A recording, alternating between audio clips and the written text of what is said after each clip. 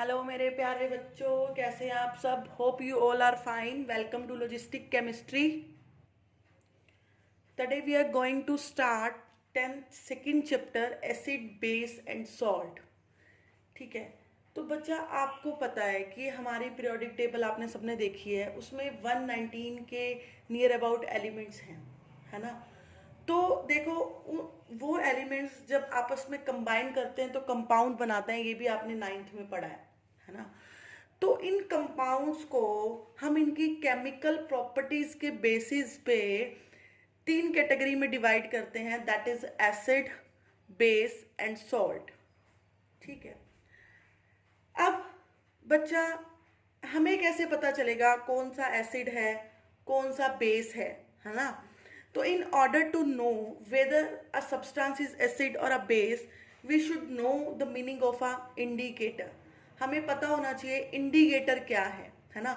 वो बताएगा हमें कि कौन सा सब्सटेंस एसिड है कौन सा सब्सटेंस बेस है। क्लियर है।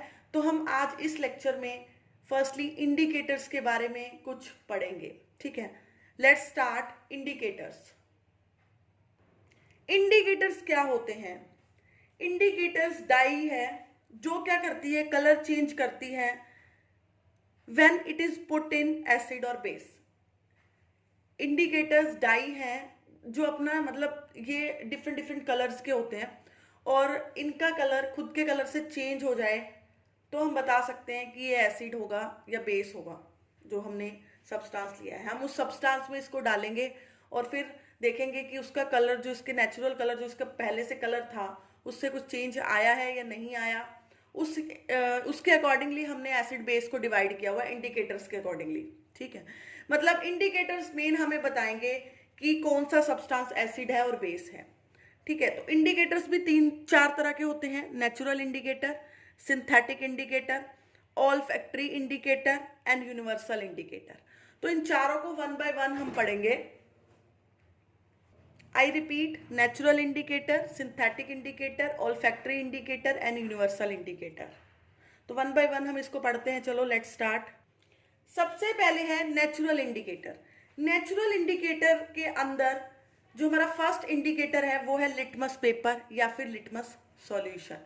ठीक है, इसका जो खुद का कलर होता है वो पर्पल होता है। एक्चुअली में लिटमस जो है वो हम प्लांट से लेते हैं, लीचन नाम का प्लांट होता है, उससे हम इसको लेते हैं। ठीक है, तो नेचुरली अक्रिंग है ये, तो इसीलिए इसको बोलते हैं नेचुरल इंडिकेटर। इसका खुद का कलर पर्पल होता है राजे।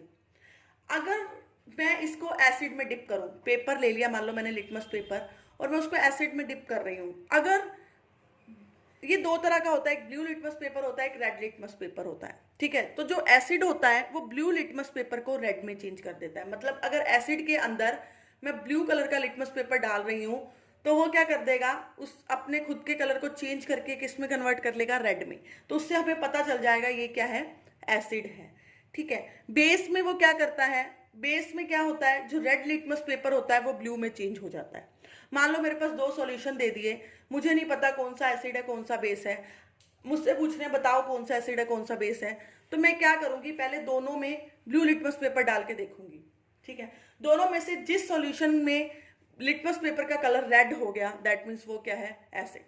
तो उसके कंपैरिजन में दूसरा क्या हो जाएगा, बेस। या फिर मैं रेड लिटमस पेपर लेके देखूंगी, दोनों में डाल के देखूंगी, तो जिसमें रेड लिटमस पेपर का कलर ब्लू हो जाएगा वो क्या हो गया, बेस, और उसके दूसरी साइड दूसरा क्या हो गया, एसिड। ठीक है ना। तो लिटमस पेपर की हेल्प से हम इजीली बता सकते हैं कि कौन सा एसिड है कौन सा बेस है। अगला नेचुरल अक्रिंग इंडिकेटर है टर्मरिक। टर्मरिक सबको पता है, हल्दी येलो कलर की होती है। तो एसिड के अंदर हल्दी का कलर जो रहता है वो येलो ही रहता है, पर बेस में ये क्या हो जाती है, रेड हो जाती है। ठीक है, अब तुम्हें भी पता है, तुम करके देख सकते हो ये छोटा सा एक्सपेरिमेंट।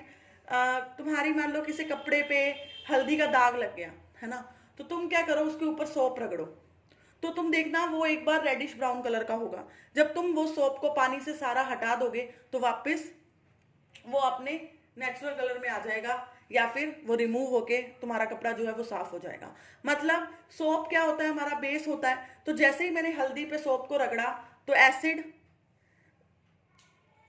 तो क्या हुआ, वो ब्लू रेड कलर का हो गया। क्यों? क्योंकि टर्मरिक क्या होती है, हल्दी जो बेस में जब अगर हम उसके साथ रिएक्शन करते हैं तो क्या हो जाती है, रेड हो जाती है ना। तो इसीलिए जब मैंने सॉप को जब मैंने उसको हल्दी वाले कपड़े पे रगड़ा तो एक बार मेरे पास रेड कलर आया, बाद में जब मैंने उसको पानी से धो दिया तो वो रिमूव हो गया, ठीक है। थर्ड मेरे पास नेचुरल अकरिंग इंडिकेटर है रेड कैबेज। अब तुम कहोगे मैम कैबेज तो रेड कलर की होती नहीं, बेटा अपने इंडिया में नहीं मिलती, बाकी कहीं जगह मिलती है, ठीक है। तो ये रेड कलर की होती है, नाम से ही पता है। तो एसिड में तो ये रेड ही रहती है, बट बेस में ये क्या हो जाती है, इसका कलर चेंज हो जाता है और ये ग्रीन कलर की हो जाती है। तो होप आपको ये नेचुरल इंडिकेटर्स के बारे में कुछ थोड़ा बहुत पता चला होगा। कुछ नहीं है, 3 है हमारे पास, लिटमस, टर्मरिक और रेड कैबेज। आपको जस्ट ध्यान रखना है कि एसिड में उसका कलर क्या होगा और बेस में क्या होगा। इंडिकेटर्स में आपको जस्ट ये चीजें याद रखनी है कि कौन सा इंडिकेटर एसिड को कौन से कलर में बदलता है, कौन सा इंडिकेटर एसिड में कौन से कलर में चेंज हो जाता है और बेस में कौन से कलर में चेंज हो जाता है, और उसका नेचुरल खुद का कलर क्या है। बस जस्ट आपको ये चीजें याद रखनी है। अगला बढ़ते हैं हम। अगला है सिंथेटिक इंडिकेटर। सिंथेटिक का मतलब होता है मैन मेड इंडिकेटर। तो मैन मेड इंडिकेटर दो पढ़ेंगे हम, मिथाइल ऑरेंज और फिनोफ्थलीन। मिथाइल ऑरेंज नाम से क्लियर है, इसका खुद का कलर ऑरेंज होता है। एसिड में जैसे ही मैं इसको डिप करूंगी रेड कलर का हो जाएगा, और बेस में जब डिप करूंगी तो येलो कलर का हो जाएगा, ठीक है। फिनोफ्थलीन पी से स्टार्ट है, फिनोफ्थलीन जो है ये खुद कलरलेस होता है, और एसिड में ये कलरलेस ही रहेगा, पर बेस में ये कैसा हो जाएगा, पिंक कलर का हो जाएगा। ध्यान रखना, पी से फिनोफ्थलीन, तो बेस में ये पिंक कलर का हो जाता है, एसिड में ये कलरलेस ही रहता है, ठीक है। नेक्स्ट है हमारे पास ऑल्फैक्टरी इंडिकेटर। ऑल्फैक्टरी मीन्स हम किससे रिलेट करते हैं, हम स्मेल से रिलेट करते हैं, ठीक है। तो हम इसमें 2 इंडिकेटर्स पढ़ते हैं, एक अनियन एक्सट्रैक्ट, एक वेनिला एक्सट्रैक्ट, ठीक है। अनियन की स्मेल कैसी होती है सबको पता है, ठीक है। अगर तो इसको मैं एसिड में डिप करती हूँ, एसिड में डालती हूँ, तो अनियन की स्मेल डिस्ट्रॉय नहीं होती, ठीक है। जैसी अनियन की स्मेल है मुझे वैसी ही स्मेल आती है, तो दैट मीन्स वो क्या है, एसिड। पर अगर अनियन की स्मेल उड़ गई और मैं डिटेक्ट नहीं कर पा रही कि अनियन की स्मेल है या नहीं है, तो वहां क्या होगा, बेस। सेम वेनिला एक्सट्रैक्ट के केस में है। वेनिला की स्मेल सबने वेनिला आइसक्रीम खाई है, सबको पता है वेनिला एक्सट्रैक्ट की स्मेल कैसी होती है। तो अगर तो वो एसिड में बनी रहती है स्मेल, आपको वैसी खुशबू आ रही है, तो वो क्या है, एसिड। पर अगर वो जो स्मेल है वो डिस्ट्रॉय हो गई, आपको स्मेल नहीं आ रही, तो वो क्या है, बेस। दोनों के केसेस में सेम है, अनियन एक्सट्रैक्ट में भी वेनिला एक्सट्रैक्ट में भी।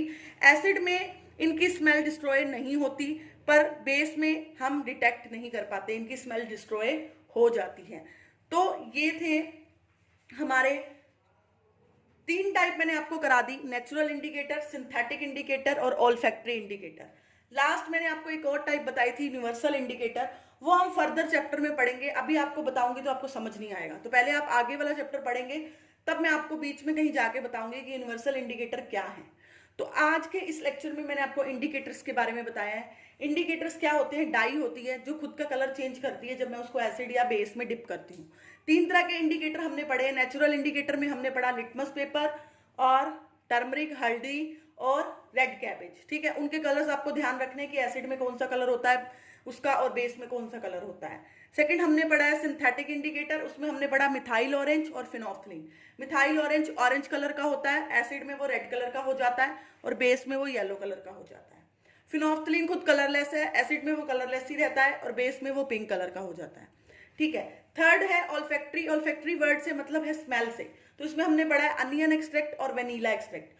अनियन एक्सट्रैक्ट और वेनिला एक्सट्रैक्ट दोनों की स्मेल हमें पता है, एसिड में इनकी स्मेल आती रहती है पर बेस में इनकी स्मेल उड़ जाती है। तो आप इजिली बता सकते हो, आपको 2 सॉल्यूशन दिए हैं, आपको नहीं पता कौन सा एसिड है कौन सा बेस, आप उसमें अनियन एक्सट्रैक्ट डाल के देखो, जिसमें स्मेल आ रही है वो क्या हो गया, एसिड। जिसमें स्मेल हमें अनियन की नहीं आ रही वो क्या हो गया, बेस।